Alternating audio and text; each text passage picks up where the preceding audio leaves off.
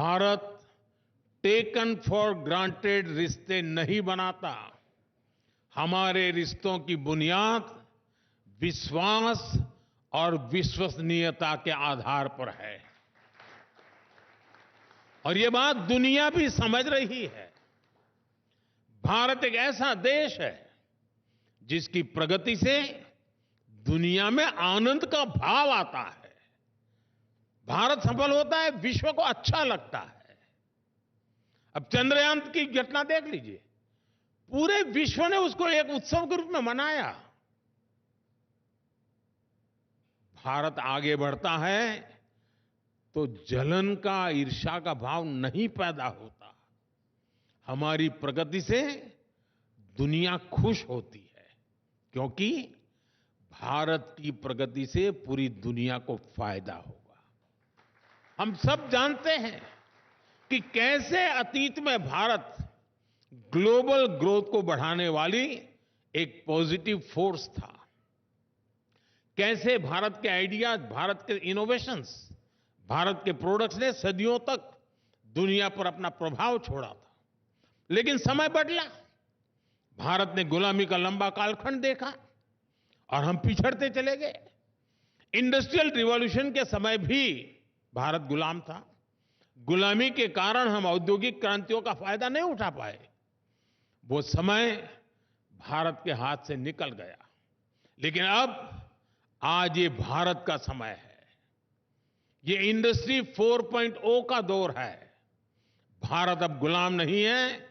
हमें आजाद हुए 75 साल हो गए हैं और इसलिए अब हम कमर कसकर तैयार हैं।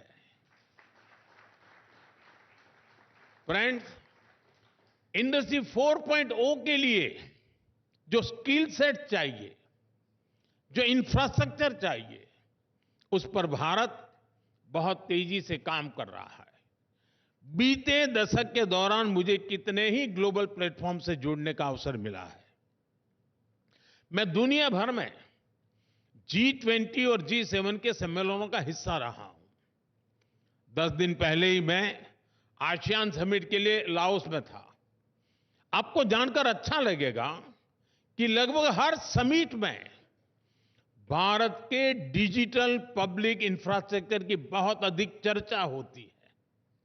आज पूरी दुनिया की नजर भारत के डीपीआई पर है। यहां हमारे साथी भारत के प्रशंसक श्रीमान पॉल रोमर बैठे हैं। मुझे पहले भी उनसे काफी विचार विस्तार से चर्चा करने का मौका मिला है। मैंने उनसे बहुत चर्चाएं की हैं। मैं अमेरिका में भी इनसे मिला।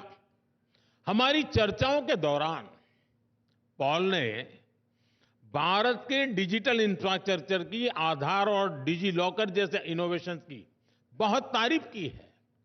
बड़ी बड़ी समिट्स में इसी तरह लोगों को हैरानी होती है कि भारत ने इतना शानदार डीपीआई कैसे विकसित कर लिया। फ्रेंड्स, इंटरनेट के दौर में भारत के पास फर्स्ट मूवर का एडवांटेज नहीं था। जिन देशों के पास एडवांटेज था, वहां प्राइवेट प्लेटफॉर्म्स ने, प्राइवेट इनोवेशंस ने डिजिटल स्पेस को लीड किया। इससे निश्चित रूप से एक नई क्रांति दुनिया में आई, लेकिन उसके लाभ का दायरा सीमित ही था। जबकि भारत ने एक नया मॉडल दुनिया को दिया है। भारत ने टेक्नोलॉजी को डेमोक्रेटाइज करके डिजिटल पब्लिक इंफ्रास्ट्रक्चर का नया रास्ता दुनिया को दिखाया है। आज भारत में सरकार एक प्लेटफॉर्म बनाती है और उस पर लाखों नए इनोवेशंस होते हैं। हमारी जनधन, आधार और मोबाइल की जैम कनेक्टिविटी, सर्विसेज की फास्टर और लीकेज फ्री डिलीवरी का एक बेहतरीन सिस्टम बन गया है। आप हमारा यूपीआई देखिए, इस पर फिनटेक का एक नया विस्तार भारत में हुआ है। यूपीआई के कारण आज हर रोज 500 मिलियन से ज्यादा के डिजिटल ट्रांजैक्शन हो रहे हैं और इसको ड्राइव करने वाले कोई कॉरपोरेट्स नहीं है, बल्कि हमारे छोटे दुकानदार हैं, स्ट्रीट वेंडर्स हैं। हमारा पीएम गति शक्ति प्लेटफॉर्म एक और उदाहरण है। पीएम गति शक्ति को हमने इंफ्रास्ट्रक्चर प्रोजेक्ट्स के निर्माण में जो साइलोज आते थे उसको दूर करने के लिए बनाया था।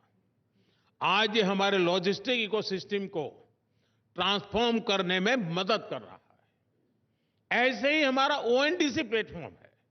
ये ऑनलाइन रिटेल को ज्यादा डेमोक्रेटाइज, ज्यादा ट्रांसपेरेंट करने वाला इनोवेशन सिद्ध हो रहा है। भारत ने दिखाया है कि डिजिटल इनोवेशन और डेमोक्रेटिक वैल्यूज को एग्जिस्ट कर सकती है। भारत ने दिखाया है कि टेक्नोलॉजी इंक्लूजन, ट्रांसपेरेंसी और एम्पावरमेंट का टूल है, कंट्रोल और डिवीजन का नहीं।